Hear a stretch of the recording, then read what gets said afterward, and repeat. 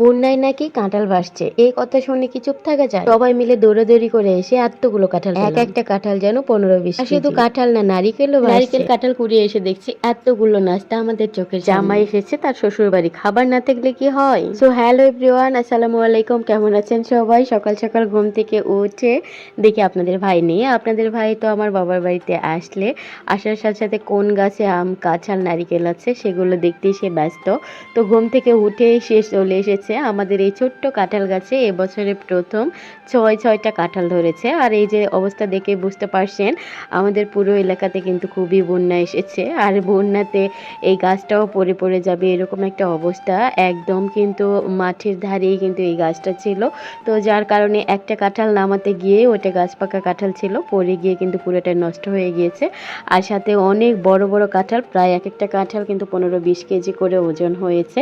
তো এইগুলো কাঁঠাল আপনাদের ভাই কিন্তু গাছ থেকে কেটে ছেড়ে দিয়েছে। প্রথমে ব্যাগ নিয়ে গিয়েছিল, ওইগুলো সব কাঁঠাল একটা একটা করে নেমে দিবে, কিন্তু ব্যাগে কিছুতে কাঁঠালগুলো ঢুকছিল না, যার কারণে কাঁঠালগুলো গাছে কেটে ছেড়ে দিয়েছিল আর পানিতে সবগুলো কাঁঠাল ভাসছিল। কত বড় বড় কাঁঠাল দেখেন, দুই জামাই শ্বশুর মিলে কিন্তু ধরে নিয়ে যাচ্ছে। এদিকে কাঁঠাল নেমে আসার পর দেখছে যে গাছে অনেকগুলো নারিকেল ছিল, সেখান থেকে আবার নারিকেলও নামানো হলো। আর এদিকে আমার মা কিন্তু তার জামাইয়ের পছন্দের পিঠাগুলো তৈরি করছিল। আমরা আসার আগে কিন্তু আমার আম্মা এগুলো তৈরি করে রাখে, আর না হলে পরের দিন সকালে এই ঝালের পিঠাগুলো তৈরি করে। আমাদের এলাকায় বলে ঝালের কুশলি যেটাকে বলে।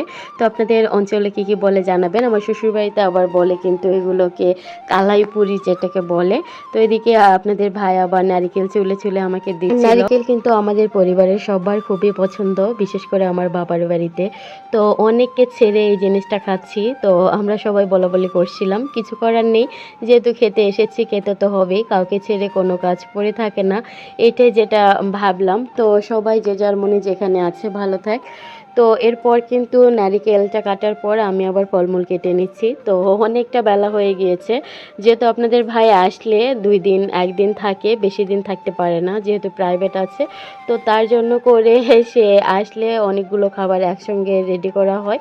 তো সকালে নাস্তাটা করার সাথে সাথে বরাবরই তার অভ্যাস দুপুরের খাবার একবারে খাবে, সকালের নাস্তার পর আর ভারী কোনো খাবার খেতে পারে না। তো যার কারণে তাকে সবগুলো নাস্তা রেডি করে দিলাম। আর এদিকে কিন্তু দুপুরে রান্নাও করেছি, আজকে কিন্তু রুটি করেছিলাম, যেহেতু গরুর গোশত রান্না করেছি আর গরুর গোশের সাথে আপনাদের ভাইয়ের রুটি পছন্দ, তো তার কারণে রুটি করেছিলাম। আর কাতল মাছ রান্না করেছিলাম, সেই সাথে ব্রিকেট মাছ দিয়ে একটা চচ্চড়িও করেছিলাম। বাবার বাড়ি মানেই কিন্তু মজা, আমার মতো অনেক আপুরাই একমত হবেন, কিন্তু আমার সাথে মজাও যেমন সাজাও তেমন, যেহেতু আমরা 2 বোন।